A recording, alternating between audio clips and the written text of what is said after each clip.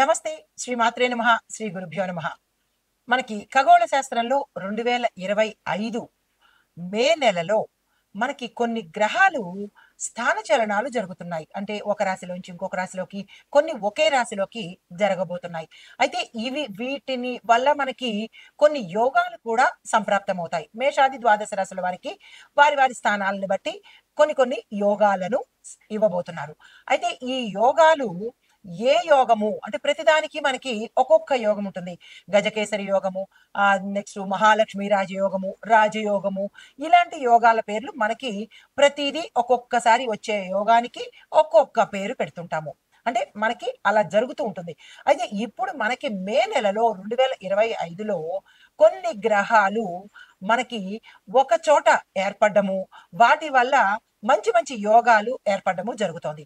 అయితే ఈ యోగాలు జాతక చక్రంలో 3, 6, 10, 11 స్థానాల్లో ఈ గ్రహాల యొక్క కలయిక జరుగుతోంది. అయితే ఈ 3, 6, 10, 11 స్థానాలు ఒక్కొక్క స్థానము ఏమిటి అనేది మీకు కొంచెం తెలియాలి కాబట్టి, మూడో స్థానము అంటే కనుక అంటే మనకి ఈ జాతకుడికి ఈ 3, 6, 10, 11 స్థానాల్లో కనుక ఈ గ్రహాల సంయోగం జరిగితే వాటిని ఉపచయన స్థానాలు అని అంటారు. ఈ 3, 6, 10, 11ని ఉపచయన స్థానాలు అంటారనమాట. అయితే ఈ ఉపచయన స్థానాల్లో కనుక ఈ గ్రహాలు వచ్చి ఉంటే ఆ జాతకుడికి విశేషమైన అభివృద్ధి, పురోగతి కనబడుతుంటుంది. అయితే ఆ స్థానాలు ఏమిటి ముందుగా మీకు తెలియపరుస్తాను. మూడవ స్థానము ధైర్య స్థానము. ప్రతి వ్యక్తికి ధైర్యం ఉంది అంటే ఆ మూడో స్థానం విశేషంగా ఉంది అని గుర్తుపెట్టుకోండి. అయితే ఇది వ్యక్తిగత నైపుణ్యాలను, తర్వాత ఆ సామర్థ్యాలను, ఒక వ్యక్తి యొక్క స్కిల్స్ ని, కెపాసిటీని తెలియచెప్పే స్థానము మూడవ స్థానము. అయితే ఆరవ స్థానం ఏంటంటే శత్రుస్థానము. ఈ శత్రుస్థానంలో ఆ గ్రహాలు ఉండడం వల్ల మనకి వ్యాధులు, కష్టాలు, ఇబ్బందులు, ప్రతిదీ మనకి ఇబ్బందిగా ఉంటుంది. ఊరుకూరుకునే వ్యాధులు వస్తుంటాయి, ఊరుకూరుకునే కష్టాలు పరంపరగా వస్తూ ఉంటాయి. ఇవన్నీ కారణము ఆరవ స్థానం అన్నమాట. అయితే కొంతమందికి ఇప్పుడు ఈ వృద్ధి యోగము మనకి మే నెలలో జరగబోతోంది. ఇది 12 రాశుల వారికి, ఏ రంగంలో ఉన్న వారికి ఎలాంటి ఫలితాలను, ఎలాంటి వృద్ధిని ఇవ్వబోతోంది అనేది మనం ముందుగా ఇప్పుడు చూద్దాము. అయితే ఈ వృద్ధి అనేది అన్ని రకాలుగా మీకు వృద్ధి ఉండబోతోంది. అది ఎక్కడ, ఎలా మొదలవుతోంది అనేది సవివరంగా మీకు తెలియపరుస్తాను.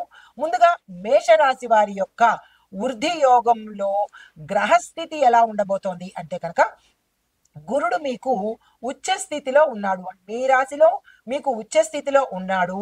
బుధుడు కంజంక్షన్ స్థితిలో ఉన్నాడు. దీనివల్ల ఏమవుతోందంటే వృద్ధి యోగ పరంగాను మీకు అభివృద్ధి ఉంది, ఈ గురు బుధుడు పరంగాను మీకు అభివృద్ధి ఉంటుంది. అయితే ముందుగా విద్యార్థులకు ఎలా ఉండబోతోంది అనే అంశం చూస్తే కనుక, పోటీ పరీక్షల్లో ఎవరైనా పార్టిసిపేట్ చేయాలి, రాయాలి అని అనుకుంటే నిరభ్యంతరంగా రాయండి, సక్సెస్ అవుతారు. విదేశాలు వెళ్ళాలి అని అనుకున్న వాళ్ళు ఏదైనా ప్రయత్నాలు చేయాలి అంటే కనుక తప్పనిసరిగా చేసుకోండి, సక్సెస్ అవుతారు.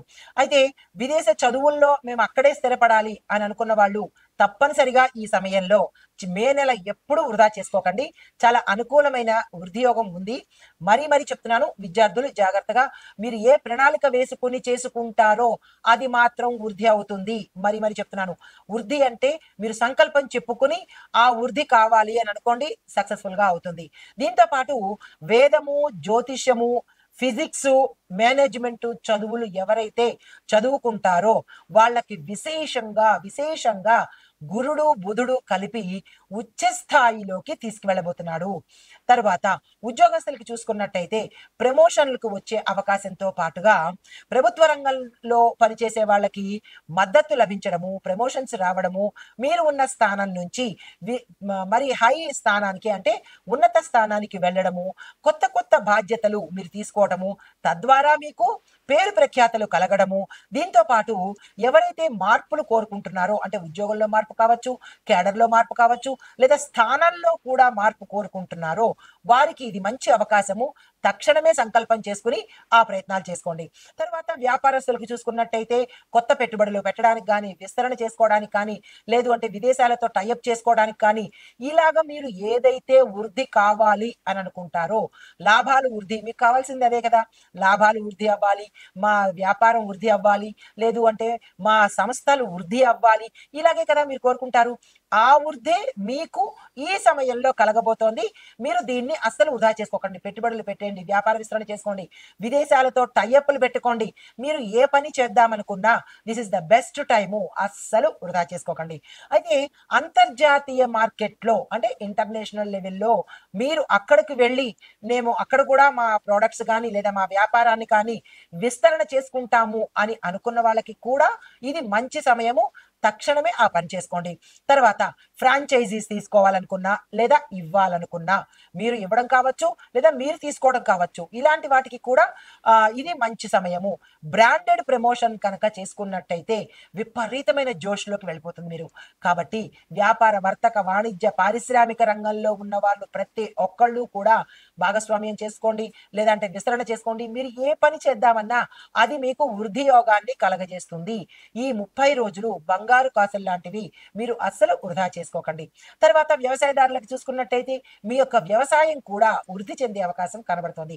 అయితే మీరు ఏ పంటలు వేస్తే వృద్ధి అవుతుంది అనేది కూడా మీరు జాగ్రత్తగా పరిశీలన చేసుకుని, మీ భూసారానికి తగ్గట్టు, మీరున్న ప్రదేశానికి తగ్గట్టుగా అక్కడ ఏ ఫలసాయం పండుతుందో దాన్ని మీరు వేసుకున్నట్టయితే విశేషమైన వృద్ధి యోగంలో వృద్ధి చెందే అవకాశం గోచరిస్తోంది.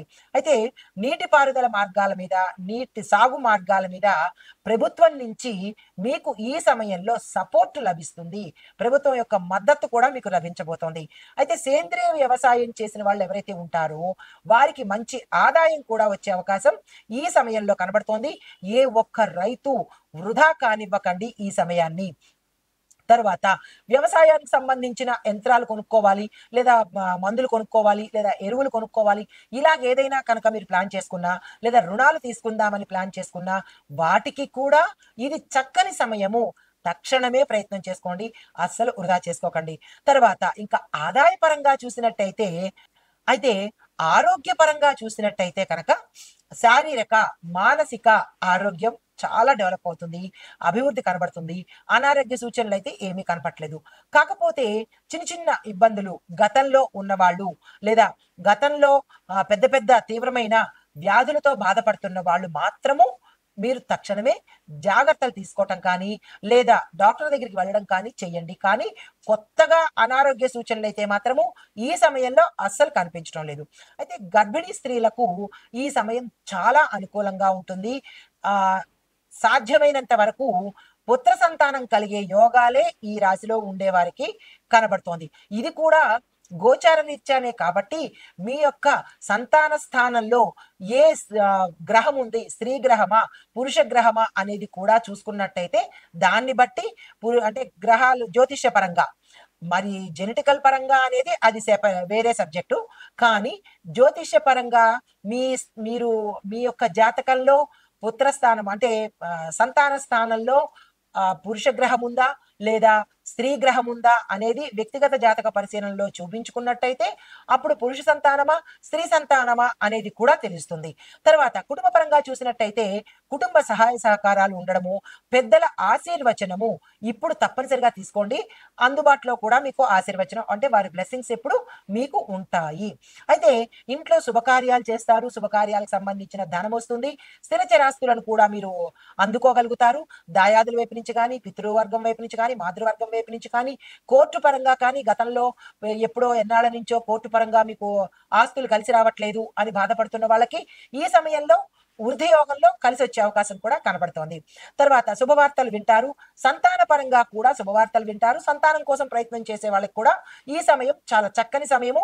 వెంటనే మీరు ప్రయత్నాలు ప్రారంభించుకోండి. అయితే ఐటీ రంగంలో చూసినట్టయితే సాఫ్ట్వేర్ ప్రాజెక్టులకు విశేషమైన విజయ పరంపర అనుకూలంగాను లాభాలు వచ్చే అవకాశము ఉంది. కాబట్టి ఏ ప్రాజెక్టుని మీరు నెగ్లెక్ట్ చేయకండి, అందుకునే ప్రయత్నం చేసుకోండి. తర్వాత కొత్త టెక్నాలజీలో మీరు ఎప్పటికప్పుడు అప్డేట్ అవుతుండండి. అలా అప్డేట్ అయిన వాళ్ళకి జాబ్లు వచ్చే అవకాశం కూడా ఇక్కడ కనబడుతోంది. వెంటనే మిమ్మల్ని మీరు ఎన్హాన్స్ చేసుకోండి, అప్డేట్ చేసుకోండి. తర్వాత విదేశీ క్లయింట్ల వల్ల మీకు లాభాలు వచ్చే అవకాశం కూడా కనబడుతోంది.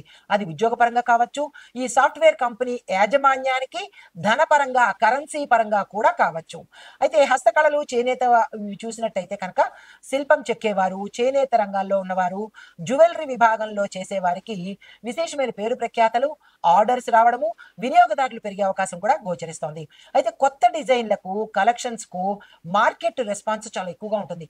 ఎప్పుడు పాత డిజైన్లే కాకుండా ఎప్పటికప్పుడు న్యూ ట్రెండ్ కి సంబంధించినటువంటి డిజైన్స్ కనుక మీరు చేసినట్టయితే, అది ఎందులోనైనా శిల్పాల్లో కావచ్చు, బంగారంలో కావచ్చు, లేదా చేనేత దీంట్లో కూడా కావచ్చు, హ్యాండీ క్రాఫ్ట్స్ లో కూడా కావచ్చు. మీరు ఆ ప్రయత్నం చేసుకోండి. తర్వాత ఎగ్జిబిషన్లు కనుక పెట్టుకున్నట్టయితే ఈ సమయంలో విశేషమైన ప్రజాదరణ, లాభము పొందే అవకాశం కనబడుతోంది. అయితే కాంట్రాక్టుదారులకు చూసుకున్నట్టయితే ప్రభుత్వ టెండర్లు కనుక మీరు తీసుకున్నట్టయితే వారికి అంటే ఎవరైతే ప్రభుత్వ టెండర్లు తీసుకుంటారో వారికి టెండర్లు పలికే అవకాశం కనబడుతోంది. కాబట్టి ప్రభుత్వ టెండర్లు ఏవైనా వస్తే కనుక ఈ రాశిలో ఉండేవారు నో అనకండి, తీసుకునే ప్రయత్నం చేసుకోండి. అయితే పాత బకాయిలు ఏవైనా మీకు ఉండిపోయి ఉంటే అవి ఈ సమయంలో వసూలయ్యే అవకాశం కనబడుతోంది. తర్వాత నిర్మాణ ప్రాజెక్టులు కనుక మీరు చేపట్టినట్టయితే, ఇప్పుడు కన్స్ట్రక్షన్ చాలా ఫాస్ట్ గా పెడుతోంది, ఆ రంగానికి విశేషమైన ఆదరణ కూడా కనబడుతోంది. కాబట్టి మీరు అవి తీసుకునే ప్రయత్నం చేసుకున్నట్టయితే ఒక 3 సంవత్సరాలు, 4 సంవత్సరాలు ఫ్యాక్టరీస్ కానీ, ఇళ్ళు కానీ, అపార్ట్మెంట్స్ కానీ ఇలాంటివి ఏమైనా కాంట్రాక్ట్స్ మీరు తీసుకున్నట్టయితే మీ చేతిలో ఒక 10 సంవత్సరాలు, 5 సంవత్సరాలు పని ఉన్నట్టు, తద్వారా లాభాలు వచ్చే అవకాశం ఉంది. కాబట్టి ఇందులో కాంట్రాక్టుదారులు ఆ ప్రయత్నం చేసుకోండి. తర్వాత రాజకీయ పరంగా చూసుకున్నట్టయితే మీకు ప్రజల మద్దతు కలుగుతుంది, అధిష్టానం పేరు ప్రఖ్యాతలు ఉంటాయి, అధిష్టానంలో మీ పట్ల గౌరవంతో పాటు నమ్మకం కూడా ఏర్పడే అవకాశం కనబడుతుంది. అయితే పదవులు ఆశించే వారికి నాకు ఆ పదవి కావాలి, ఈ పదవి కావాలి, దానికి పోటీ చేయాలి అని ఎవరైతే అనుకుంటారో వాళ్ళకి ఇది పక్కా కరెక్ట్ టైము. వెంటనే ఆ ప్రయత్నం చేయండి, మీరు ఆశించిన పదవులు మీరు పొందుతారు. అయితే వ్యూహాత్మక పద్ధతుల్లో కనుక మీరు అంటే ఒక మంచి వ్యూహము, చెడు వ్యూహం కాదు, వ్యూహం అంటే ప్లాన్స్, మంచి ప్లాన్స్ కనుక మీరు వేసుకొని ప్రయత్నం చేసినట్టయితే సక్సెస్ అవుతారు. అడ్డదారులు, దొడ్డిదారులు, ఇంకొక దారులు అట్లాంటివి కాకుండా న్యాయబద్ధమైన రైట్ వేలో కనుక పెడితే మీరు సక్సెస్ అయ్యే అవకాశం కనబడుతుంది. మీరు ఆశించిన పదవులు కూడా పొందే అవకాశం ఉంది. అయితే మీరు ఎప్పటికప్పుడు మీ యొక్క నాయకత్వ లక్షణాలను మెరుగుపరుచుకునే ప్రయత్నం చేయండి. ఎప్పుడు మోసపోసినట్టే కాకుండా కొత్తగా ప్రజలకు ఏం చేద్దాము, కొత్తగా ఏమందిద్దాము, అలా డెడికేషన్తో ఆనెస్ట్గా చేయగలిగితే కనుక మీరు చిరస్థాయిగా ఒక 5-10 సంవత్సరాలు ఉండేటట్టుగా, 5 సంవత్సరాలు అనుకుంటే మరొక 5 సంవత్సరాలు ఎలక్ట్ అయ్యేటట్టుగా, అలాంటి స్థిరత్వము, వృద్ధి ఈ సమయంలో కనబడుతోంది. రాజకీయ నాయకులు ఆ ప్రయత్నం చేసుకోండి. ఎందుకు అంటే ఇది వృద్ధి యోగం కాబట్టి అస్సలు వృధా చేసుకోకండి. తర్వాత సినిమా కళలు ఈ విభాగం చూసినట్టయితే కనుక నటన, దర్శకత్వము, సంగీత రంగాల్లో ఉన్నవారికి విశేషమైన గుర్తింపు, ఐడెంటిఫికేషను వచ్చే అవకాశము, ప్రజల్లో మీరు అని ఒక గుర్తింపు వచ్చే అవకాశం కనబడుతోంది. అయితే కొత్తగా మీరు ఏదైనా ఒప్పందాలు చేసుకుందాం అనుకున్నా, ప్రమోషన్స్ కోసము అంటే నేను అంటే డైరెక్టర్ దగ్గర నుంచి లేదా ప్రొడ్యూసర్ గా పెడతానో, లేదా ప్రొడ్యూసర్ నుంచి డైరెక్టర్ గా ప్రమోట్ అవుతానో, ఇలాగ లేదా నటన నుంచి డైరెక్టర్కి వస్తానో, ఇలాగ మీరు ఏదైతే అనుకుంటారో దానికి తగ్గ ప్రణాళికలు ఇప్పుడే మీరు వేసుకోండి. ఈ వృద్ధి యోగంలో వేసుకున్నట్టయితే కనుక మీకు సక్సెస్ అయ్యే అవకాశం కనబడుతోంది. డైరెక్టర్స్, ప్రొడ్యూసర్స్, యాక్టర్స్, సంగీతంలో ఉండేవాళ్ళు, ఇలాగా ఈ రంగాల్లో ఉన్న వాళ్ళు తక్షణమే ఈ మే నెలను వృధా చేసుకోకండి.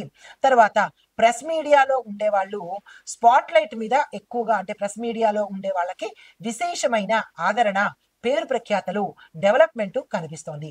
అయితే క్రీడా విభాగానికి వచ్చి చూసినట్టయితే కనుక టోర్నమెంట్లు ఏవైనా మీరు తీసుకున్నట్టయితే, టోర్నమెంట్స్ లో చేయాలి అని అనుకుంటే కనుక మీరు సక్సెస్ సాధించే అవకాశం ఉంది.